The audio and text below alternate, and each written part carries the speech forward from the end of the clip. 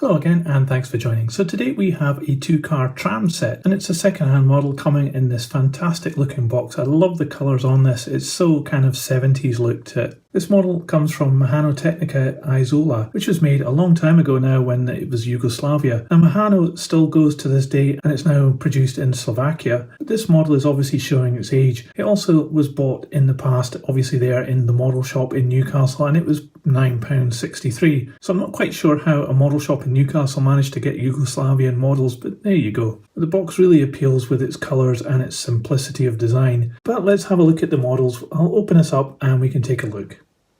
So here we have the model out of the box. It actually came with some instructions as well. Sadly, the inner tray of the box is starting to perish a little bit. I think the plastics are just getting old and brittle now. But let's have a look at what we've got here. This leaflet is absolutely fantastic. That drawing is really so cool. This leaflet opens up to give you some instructions in a variety of languages. I guess these two are Yugoslavian. You did get instructions in English here, and we have it in French as well. And on the back we have German as well. So that's quite an interesting leaflet that shows that this model was sold in those territories. So here is the model. It consists of one powered vehicle and then just a trailer that's been pulled along and behind. It's in this livery which has Municipal RY written on the side of it, which I think is meant to be maybe railway or railroad. Maybe it's an American style of streetcar or something like that, or maybe it's just completely fabricated. Both have the same printing on the side and the same number 354. So let's have a look at the trailer first. So one thing about this is that it is extremely light. There's really no weight inside here whatsoever. And these holes here, which are for the clips to hold this model together, are really not very nice at all. Quite an ugly addition on there. But what is good about this is that the wood effect and the rivet detail down the side of the tram car are really well defined. The printing runs over the top of that. It isn't too good, I have to say, and the colour combination isn't too good either. The wording isn't very clear. And then we have this red section here which has been painted on around the windows. It's not too good here, it's just not been masked quite right, but it's not too bad at all along the top here. And then finally we have this darker maroon colour on the roof. You'll have spotted that the windows actually have an indication of people in there, which is really quite cool. It's a bit of a frosted look because there's no real interior there.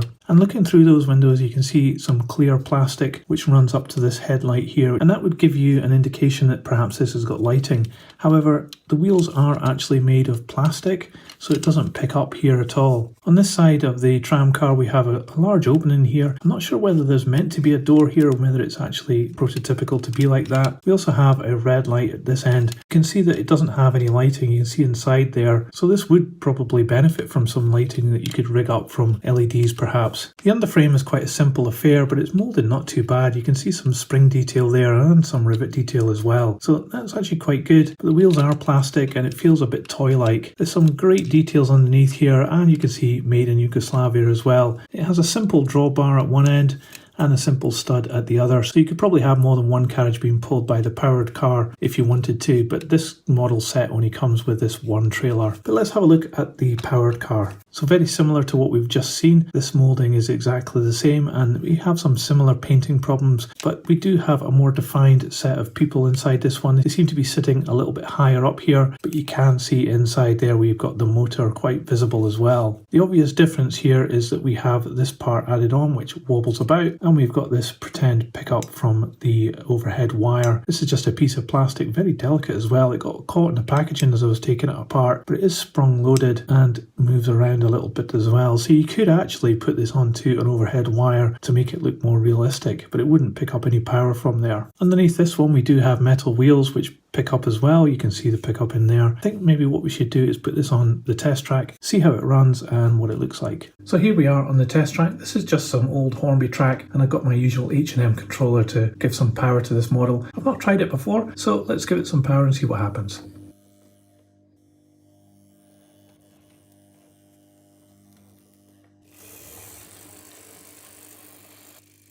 Well, it doesn't run too great. At least the lighting works. It's really quite bright. So I think we maybe need to take this apart and just have a look. It's probably just some oil or something like that it needs. But let's open it up and we'll check it out. So there's nothing obvious here which is causing the problem. It might actually just be the pickups. There's just little sliders on the back of the wheels here. So I'm just going to take off these and give them a bit of a clean, and then we'll give it another go.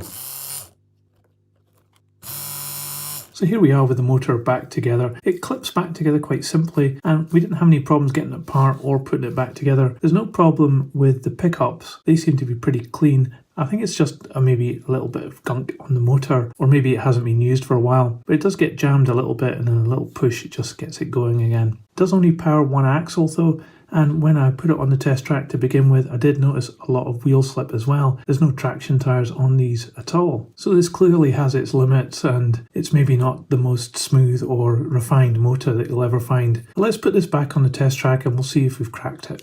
Okay, let's give it some more power. Okay, so that's not working. It looks as though the motor isn't engaging with the gears now. I don't know what I've done. I'm going to have another look. I've just put these wheels in the wrong way round. That was all. Stupid me. Okay, I'm going to put it in the right way round. Hopefully that'll solve it.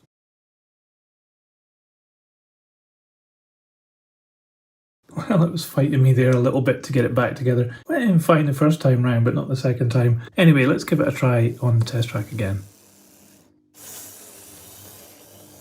Well, it's certainly a temperamental little thing. Let me get this back together and then you can see it running with a body on it. Well, it's continuing to fight me all the way, but we're back on the track now. Let's give it some power and see what happens.